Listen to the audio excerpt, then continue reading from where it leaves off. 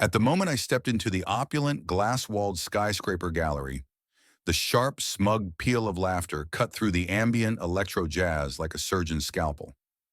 He was already weaving his narrative, a story I hadn't even had the chance to influence.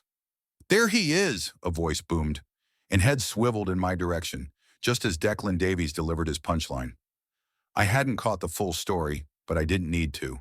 The collective reaction of the room, that sickening cocktail of polite chuckles and pitying glances, confirmed it. I was the butt of the joke, the unwitting spectacle. The annual corporate gala was in full swing, ambition worn like custom-made jewelry amidst the clinking glasses and hushed power negotiations. My wife, Serena Sterling, was conspicuously absent from my immediate vicinity. My name badge, a flimsy tag I still hadn't bothered to attach, dangled uselessly from my wrist. That's when I spotted him. Declan Davies, the same man whose face I rarely recognized from company photos, yet whose outlandish escapades filled Serena's after-work anecdotes. "Declan did the most ridiculous thing today," she'd often recount. Or, "Declan comes up with the wildest theories at lunch." Tonight, Declan had decided I was his personal jester. He raised his crystal flute in a mocking toast, as if I were a stage act finally making my grand, tardy entrance. "Behold, the man, the myth, the IT savant." He drew out the last two words, making them sound like I donned a cape fashioned from tangled fiber optic cables. A scattering of polite laughter followed.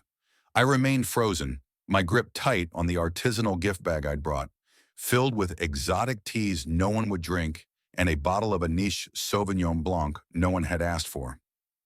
Then he approached.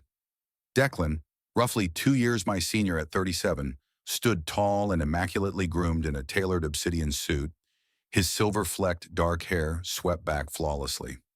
His smirk was a practice thing, making you feel like he'd already mentally dissected and dismissed you. "I was just recounting," he began, slapping a hand on my shoulder with feigned camaraderie, "how you once attempted to reboot Serena's smart home hub by turning it upside down and, well, shaking it vigorously. There was no such story, and Serena knew it. I saw her across the room, elegantly holding a champagne flute, feigning disinterest. She didn't step in. She never did. And that evening, something within me, the version of Halen Harding, who always shrugged it off, always remained silent, always forced a smile to diffuse awkwardness, began to quietly decay. He had no clue. Not yet. But I was about to do something no one, not Declan, not Serena, and definitely not I, expected. This was the night everything shattered, though I didn't know it yet. I remained rooted for a long moment after Declan drifted away, his fabricated narrative still echoing in the room like a stubborn stain I couldn't scrub clean. People laughed, some out of politeness, others out of ingrained habit. But not a single person looked surprised. That was the shard of glass that lodged itself in my chest. They weren't shocked. It was as if they expected me to be the joke, as if that were my designated role for the evening. Finally, I peeled off my designer overcoat, dropping the untouched gift bag onto a discreet side table. It instantly looked out of place, too thoughtful, too humble, much like myself. I navigated to the far end of the sprawling gallery, a quieter alcove where fewer guests mingled, pretending to appreciate the shimmering holographic art installations mounted on polished obsidian panels. My gaze wasn't truly on the art. I just needed to breathe. I fixated on one piece for too long, a swirling vortex of light with a plaque that read, "Corporate Dissonance." The bitter irony almost made me laugh. My reflection stared back from the polished surface, a stranger in a slightly rumpled suit, my tie askew, my eyes small and dull, as if I'd forgotten how to truly show up for myself. What if the person you thought you were could simply vanish? Footsteps approached from behind. I braced myself, expecting Serena. I was wrong. "Everything all right?" The voice was unfamiliar, yet the tone was strikingly different. Not mocking, not sharp, simply curious. I turned to face a woman I hadn't met before. Striking dark berry lipstick, a sleek blazer over a midnight blue velvet dress, holding a small plate of delicate canapes and a sparkling elderflower spritzer. "Apologies," I mumbled, attempting a strained smile. "Just needed a moment to reset." She nodded, her gaze sweeping the room over my shoulder. "Declan, right?" Her voice dropped, a slight conspiratorial edge to it. "He's a lot." I managed a weak laugh, this one unforced. "You could say that." "I'm Kira," she said, extending a hand. "Strategic alliances. Don't worry, I'm not exactly a fan of the frat boy comedy hour either." Her blunt honesty caught me off guard. It wasn't the forced politeness I'd grown accustomed to at these events. She didn't offer a dramatic lifeline. She simply tossed one out and walked away, as if she didn't expect me to grab it. And perhaps that's precisely why I felt compelled to. Before I could articulate another word, a booming voice from the center of the room commanded attention. "Ladies and gentlemen, a quick announcement before we unveil the bespoke dessert pairings." Declan again. He stood on a raised marble plinth, glass held high, effortlessly captivating the room like a seasoned performer. He was launching into another anecdote, this one about a mystery guest who supposedly mistook an augmented reality headset for a fancy pair of sunglasses. His eyes flickered directly to mine as he delivered the punchline. The crowd roared. I looked over at Serena. She was smiling, not laughing, not actively participating, but a serene, almost detached smile, like someone enduring a predictable, yet tolerable circus act.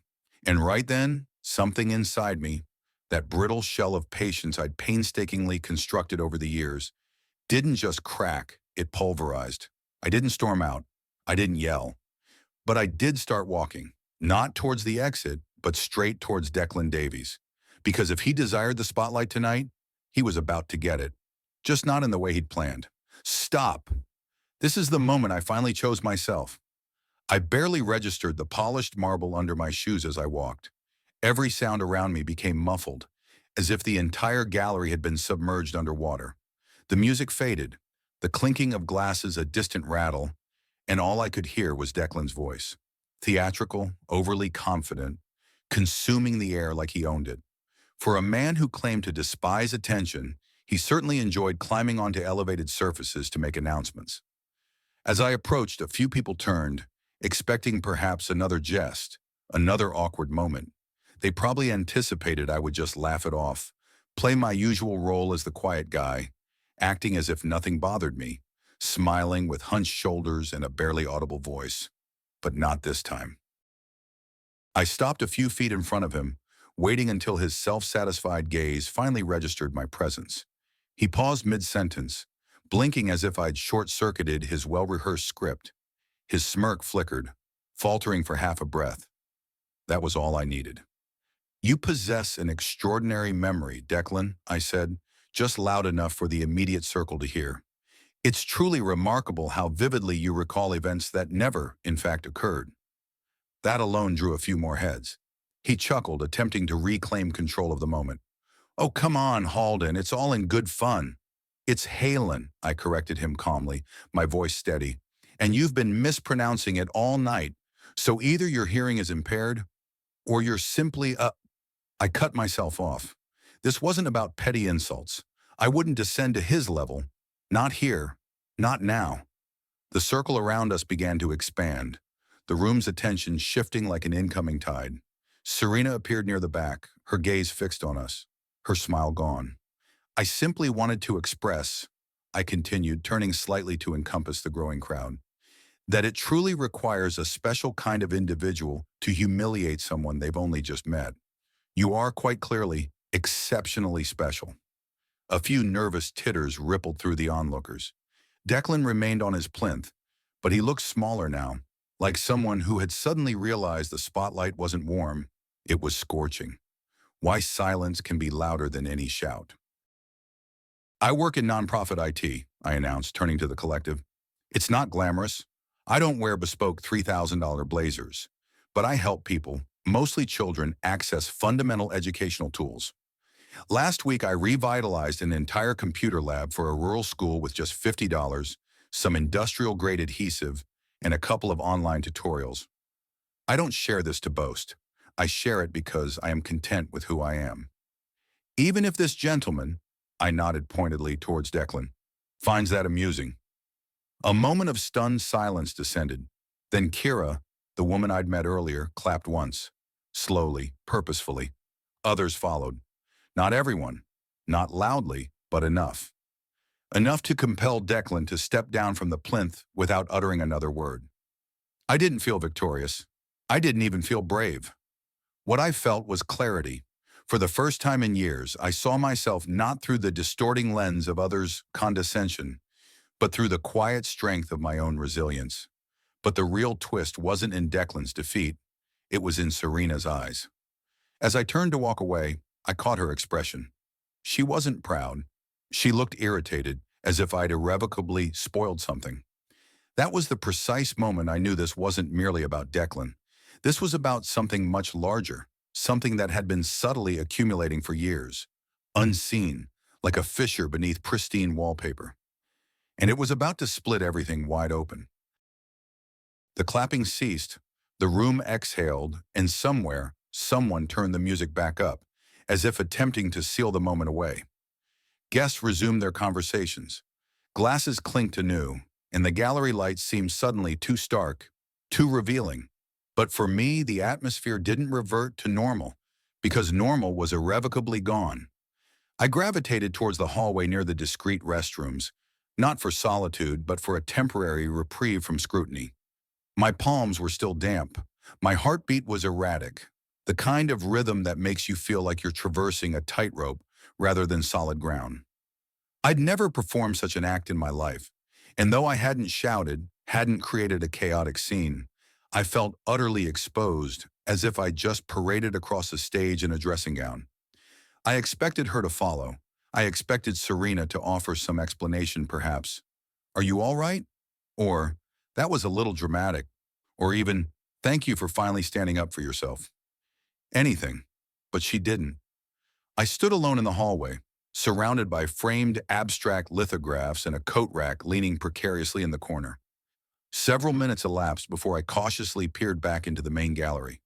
She was still there, not searching for me, not scanning the crowd, simply standing beside Declan, talking, not arguing, not lecturing, not telling him he was out of line, just conversing. She leaned in close at one point, her hand briefly touching his arm when she laughed. My stomach plummeted like a lead weight, confirming my deepest fears. It was like watching someone press play on a recording of my most dreaded thoughts. All the subtle denials I'd carefully constructed for months. How often she smiled privately at her phone screen, the growing emotional distance at home, how every recent conversation felt like an arduous interview for a position I'd already lost. All of it suddenly clicked into agonizing place, and not in a dramatic, cinematic crescendo. It was quieter than that, duller, like realizing a beloved melody has been playing out of tune for a prolonged period, and you've only just perceived the discord.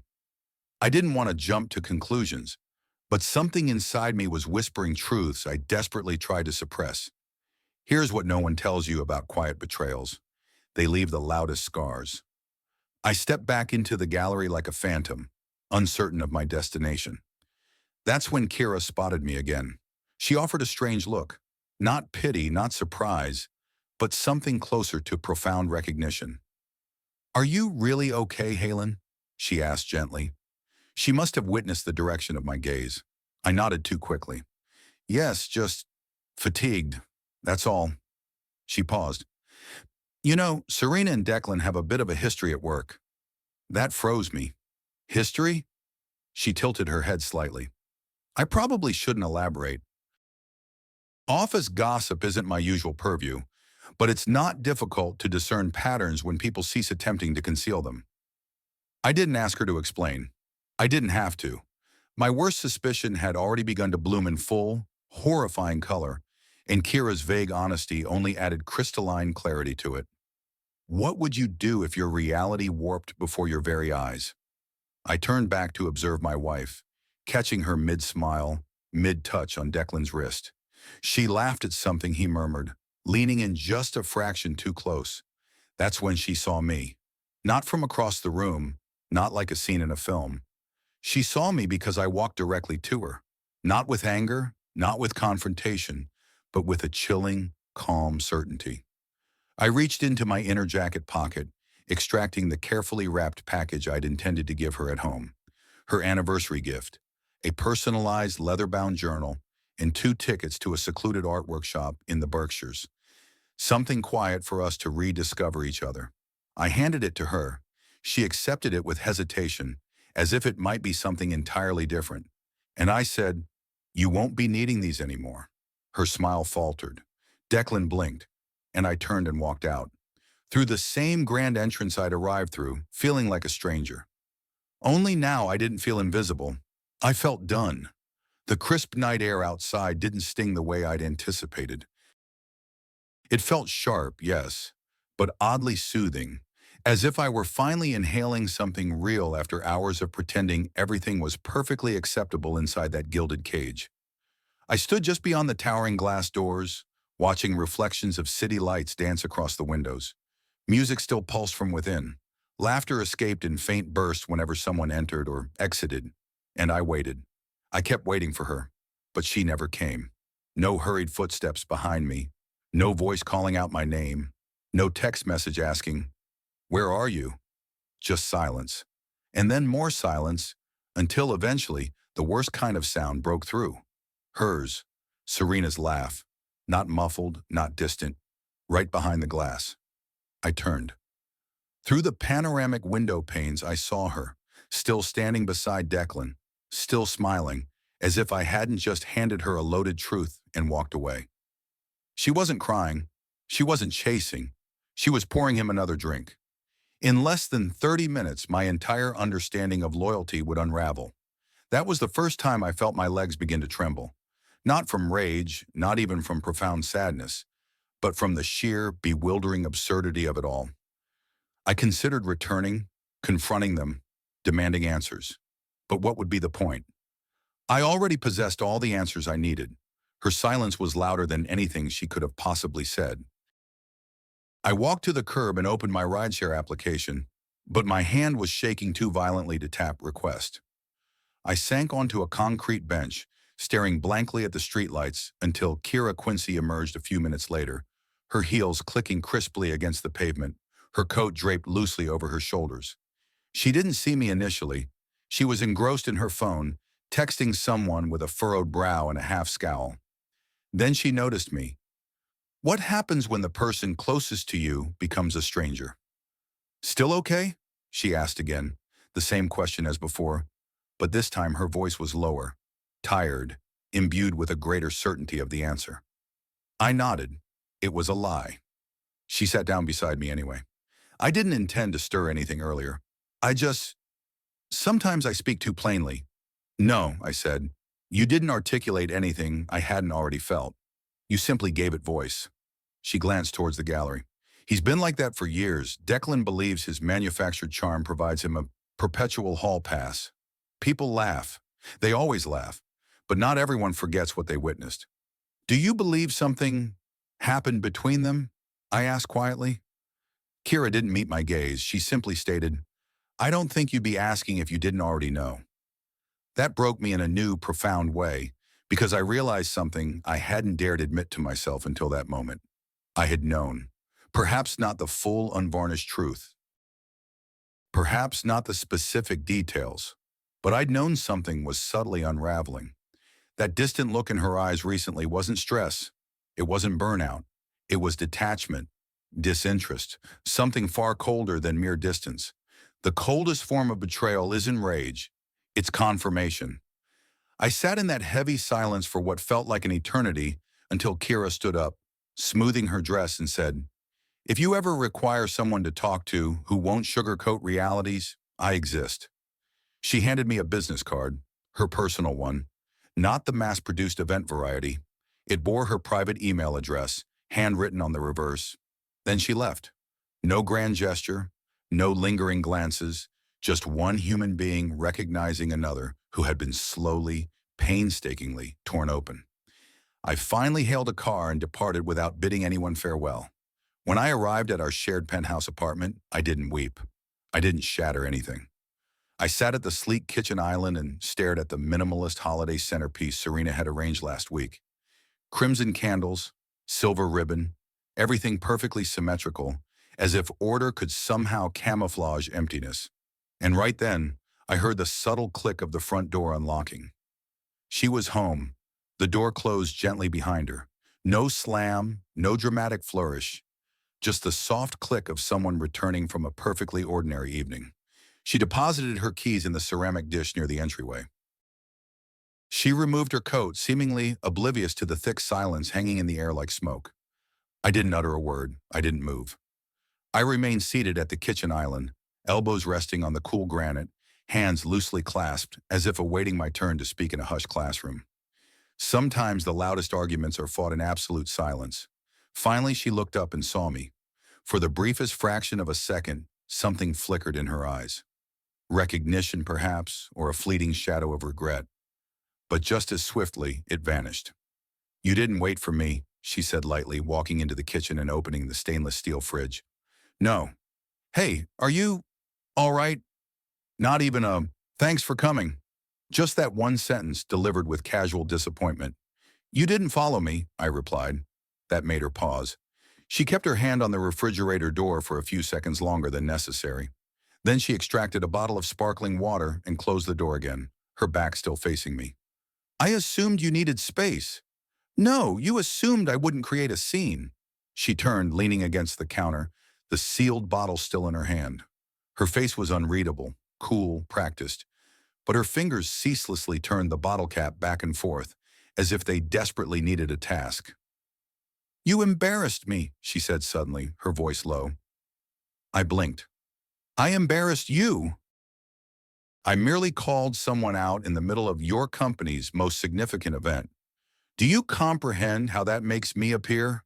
I laughed, but it was a bitter, hollow sound, like someone married to a man who is finally weary of being the punchline in every room he enters. She rolled her eyes. "Declan was just being playful. That's simply how he is with everyone." "No," I said, leaning forward. "That's how he is with people he doesn't respect. And you stood there and allowed him to do it to me." She offered no response. She simply looked away. And the silence between us swelled, thick with unspoken accusations. The air crackled with unspoken accusations, each one a dagger to my heart. "You weren't going to stop him," I continued, my voice calm but unwavering. "You weren't going to defend me because it's easier for you to pretend I'm harmless and insignificant. That way, you don't have to bear any guilt." Her practiced composure cracked, just slightly, as if I'd struck a nerve she didn't realize was exposed. "I don't know what you're implying," she muttered, turning away. "Don't do that." My voice remained calm, but it held a new, unshakable firmness. "Don't pretend you didn't see me standing there. Don't pretend you didn't actively choose to ignore it. You wanted me to disappear so you could continue orbiting around him like it was all innocuous fun. But it's not innocuous, Serena, and we both know that." She didn't argue. She didn't deny it. She merely said, "You consistently overthink everything. You construct elaborate narratives in your head and treat them as immutable facts." I stood up. "Then tell me the real story." She froze. The bottle in her hand finally cracked open with a soft, almost imperceptible hiss. She took a long, deliberate sip, as if buying precious time. But when her eyes met mine again, her mouth opened, then closed. That silence was all the answer I needed. I nodded once, slowly. "You don't have to explain," I said, my voice softer now. "I believe I knew long before tonight. I just didn't want to believe it. This wasn't just an affair. It was a meticulously woven tapestry of deceit." Serena didn't stop me as I walked towards the master bedroom. She didn't inquire about my destination or my thoughts. She remained rooted in the kitchen, surrounded by her unopened excuses and her freshly chilled sparkling water. I shut the door behind me and locked it, not out of anger but out of a profound sense of finality. For the first time in a very long time, I needed to be alone with the truth. But what I didn't know yet was that the truth was about to reveal itself in a way I never saw coming. How much truth can a heart bear before it shatters entirely? I couldn't sleep, not because of external noise, but because of the oppressive silence, the kind that buzzes in your ears when your own thoughts are too deafening. I lay on the far edge of the king-size bed, fully dressed, staring at the muted abstract art on the wall, attempting to process what my life had become. There was no yelling, no violent arguments, no shattered plates, just the cold, vast drift between two people who once shared everything and now couldn't even meet each other's gaze. This was no longer a marriage, it was a cold war. It was nearly 2 a.m. when I heard the faint, insistent buzz from her side of the bed. Her phone screen lit up once, then again, then a third time. 3 rapid messages, one right after the other. I remained perfectly still, feigning sleep. I wasn't deliberately trying to catch her. I wasn't striving for drama. But I couldn't stop myself from listening. She didn't check it immediately. Perhaps she believed I was still awake. Perhaps she hesitated. But after a minute, I felt the mattress shift, and the faint telltale glow of her screen illuminated a small patch of the room like a guilty halo. She didn't whisper. She didn't get up and sneak out. She simply typed, fast and low, her thumbs tapping like urgent Morse code. Then a minute later, I heard it, a voice note playing quietly. I couldn't discern the words, but the tone was unmistakable. Deep, confident, undeniably male. Her reply followed quickly, too quickly. A soft, almost involuntary giggle escaped her, followed by a sigh, as if she'd completely forgotten I was lying right beside her. That was it. I rose quietly, deliberately, and walked out of the room. She didn't stop me. She didn't ask where I was going.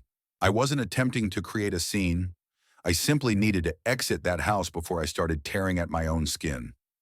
Downstairs, I settled onto the plush living room sofa in the dark and opened my laptop. I wasn't even certain what I was searching for until my cursor hovered over the folder labeled Shared Holdings. Not precisely thrilling, but I clicked it open. I began meticulously sifting through digital statements, transaction logs, obscure travel charges. And that's when I saw it. A luxury spa retreat booking from 2 months ago under her name, but billed to our joint platinum card. It wasn't a business expense. It wasn't concurrent with a conference. It was a weekend I distinctly remembered because I was out of town, visiting my ailing aunt after her hip replacement surgery. Serena had vehemently insisted she couldn't accompany me. Too many deadlines at work, she'd claimed. Too much to juggle. Only now I was seeing precisely what she'd truly been juggling. What I discovered next was a carefully constructed digital lie, hidden in plain sight. I continued digging, venturing into her cloud storage. Messages between her and Declan. She hadn't even bothered to delete them. Perhaps she believed I'd never be meticulous enough to check. But there they were, laid bare. Intimate lunches that stretch well past closing. Next time, don't forget that artisan wine. Can't stop replaying last Friday. And the chilling, insidious line, don't worry, he doesn't suspect a thing. They weren't even trying to be clever. The pain didn't hit me in a dramatic, crushing wave. It settled slowly, like cold seeping through floorboards. Not rage, not outright betrayal, but something far worse. Confirmation. That I'd been right all along. That my instincts weren't paranoia. That the man who publicly ridiculed me to a room full of strangers had also been privately laughing behind closed doors with my wife. I wanted to confront her right then, to slam the laptop down in front of her and demand she admit it, confess everything. But I didn't. I closed the lid, placed it gently on the coffee table, and leaned back against the couch cushions. I wasn't ready for a war. I was still quietly mourning the slow, agonizing death of something I once believed to be eternal. And then, as if summoned by the profound weight of my silence, Serena appeared at the top of the sweeping staircase. She stood there, barefoot, clutching her phone. Our eyes met across the dim living room. She knew. I knew. And for the first time since this entire ordeal began, she looked genuinely afraid. Not of me, but of the irrefutable truth I now possessed. She didn't say anything. Not right away. We simply stared at each other across the living room, like two strangers standing on the desolate ruins of something they once swore would last forever. I didn't raise my voice. I didn't hurl accusations. I didn't need to. The truth sat between us, heavy, undeniable, suffocating. Serena opened her mouth to speak, but I gently lifted a hand. Not to silence her, but to halt the familiar cycle we always fell into. The excuses, the half-truths, the long-winded justifications that never healed anything. I saw everything, I said, my voice eerily calm. The messages, the spa booking, the way you look at him. I've known for a while. Tonight just confirmed it. She descended the staircase, slower than usual, as if wading through a memory she desperately wished wouldn't reach its painful conclusion.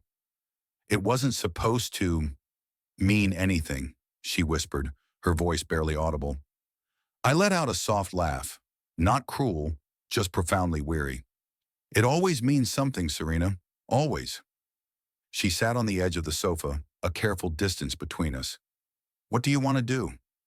That question echoed in my head longer than it should have, because for the first time in years I had no obligation to protect anyone else's feelings but my own. And that, in itself, felt like an immense, terrifying freedom. I've already secured a place, I stated calmly, a secluded mountain cabin outside the city, just for a few weeks. I need space. I need to think. But I don't believe there's anything here worth salvaging anymore. Her eyes welled, but no tears fell. I think she knew it too. We weren't angry anymore. We were simply finished. I didn't pack much, just a small duffel bag and my laptop. Before I walked out, I gently placed my platinum wedding band on the cool, polished granite of the kitchen island. She didn't touch it. She just stared at it, as if it were a relic from a life we had both irrevocably outgrown. I drove for hours. The mountain cabin was profoundly quiet, enveloped by ancient trees and the crisp embrace of early snow. No incessant pings, no frantic corporate events, no loud mouths in tailored suits. Just me, a crackling fire, and the slow, deliberate process of reclaiming my identity.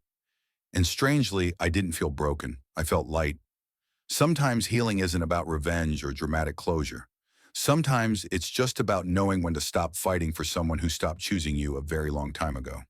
Sometimes the bravest act isn't to fight, but to walk away. Kira Quincy emailed me a few days later, a short, thoughtful note that read, "Hope you're somewhere peaceful." I replied with a single photo of the snowy woods just outside the cabin window. Just that. No words were needed.